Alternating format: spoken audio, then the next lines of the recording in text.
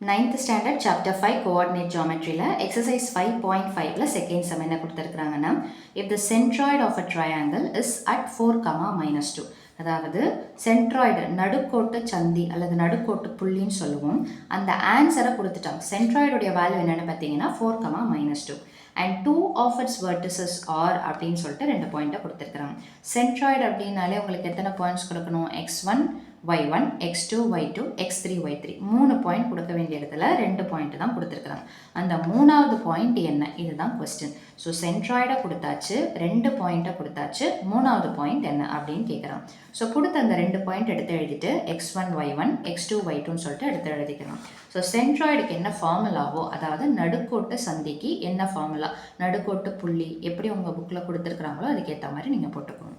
So is equal to அந்த formula x1 + x2 + x3/3, y1 + y2 + y3/3. இப்போ centroid அப்படின்னா இந்த நடுக்கோட்டு புள்ளி அப்படின்னு சொல்லிட்டு ஒன்று கொடுத்துருப்பாங்க பார்த்தீங்களா, சென்ட்ராய்டுன்னு சொல்லிட்டு. சென்ட்ராய்டு ஆஃப் ட்ரையாங்கிள் அப்படின்னு ஒரு வார்த்தை, அது பாயிண்ட் கொடுத்துருக்குறாங்க இல்லைங்களா, அதை இதுக்கு கீழே அப்படியே எடுத்து போட்டுருங்க. ஸோ 4, -2 இஸ் ஈக்குவல் டு கொடுத்துருக்கிற 2 பாயிண்ட்டை தனியாக எடுத்து எழுதிட்டோம். x1 y1 x2 y2ன்னு சொல்லியாச்சு. அப்படியே எடுத்து சப்ஸ்டியூஷன் பண்ணுங்கள். x1 அப்படின்னா என்ன மட்டும்தான் வரும்னு பார்த்தீங்கன்னா 3. x2னா இது வராது, இதுதான் வரும். அதனால் பேரை கீழே கரெக்டாக எழுதிட்டிங்கன்னா அதுக்கு நேரம் நம்ம பார்த்து போட்டுக்கலாம். என்ன சிம்பிள் இருக்குதோ அதை அப்படியே எடுத்து போட்டுருங்க. x3 தெரியாது, அதை தான் நம்ம கண்டுபிடிக்கணும். அப்படியே வச்சுக்கோங்க /3.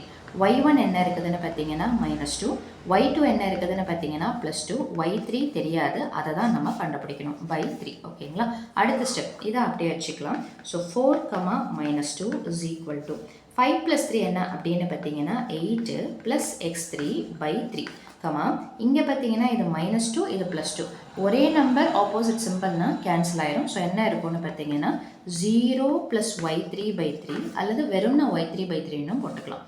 ஸோ இது பார்த்தீங்கன்னா ஃபர்ஸ்ட் பாயிண்ட்டு எக்ஸு, ரெண்டாவது பாயிண்ட்டு ஒய். இங்கே பார்த்தீங்கன்னா ஃபர்ஸ்ட் ஃபுல்லாகவே எக்ஸு சார்ந்த பாயிண்ட்டு, இங்கே ஒய் சார்ந்த பாயிண்ட்டு. அப்போ ஃபஸ்ட்டோட சமப்படுத்துங்க, செகண்டோட சமப்படுத்துங்க. ஸோ இப்போ இதில் என்ன பண்ணலாம் அப்படின்னு பார்த்தீங்கன்னா 4 இஸ் ஈக்குவல் டு 8 + x3/3. ஓகேங்களா? இது ஒரு செட்டு. அந்த பக்கம் பார்த்தீங்கன்னா -2 இஸ் ஈக்குவல் டு இந்த 0வை விட்டுடலாம், வெறும்னா y3/3. அடுத்த ஸ்டெப்பு இந்த 4 இந்த கீழே இருக்கக்கூடிய 3 என்ன ஆகும்னு பார்த்தீங்கன்னா மேலே போச்சுன்னா மல்டிப்ளிகேஷனில் வந்துடும். ஸோ அப்போ 4 3s are 12 is equal to 8 + x3. +8 இந்த பக்கம் வந்துருச்சுன்னா -8. ஸோ 12 - 8. ஏன் -8ன்னா இதுக்கும் நடுவில் என்ன ஆப்ரேஷன், என்ன சிம்பிள் இருக்குதுன்னு பார்த்தீங்கன்னா அடிஷன். அப்போ அடிஷன் சப்ட்ராக்ஷனா சேஞ்ச் ஆஃப் சிம்பிள். 8க்கு என்ன சிம்பிள் இருக்குதோ அதுக்கு அப்படியே ஆப்போசிட் சிம்பிள் வரும். Is equal to x3. அப்போ x3 இஸ் ஈக்குவல் டு 12 8 போச்சுன்னா என்ன வரும்னு பார்த்தீங்கன்னா 4. அடுத்தது பார்த்தீங்கன்னா இதே மாதிரி இந்த பக்கம். ஸோ கீழே இருக்கிற 3 ஆப்போசிட் சைடில் போச்சுன்னா மல்டிப்ளிகேஷன்.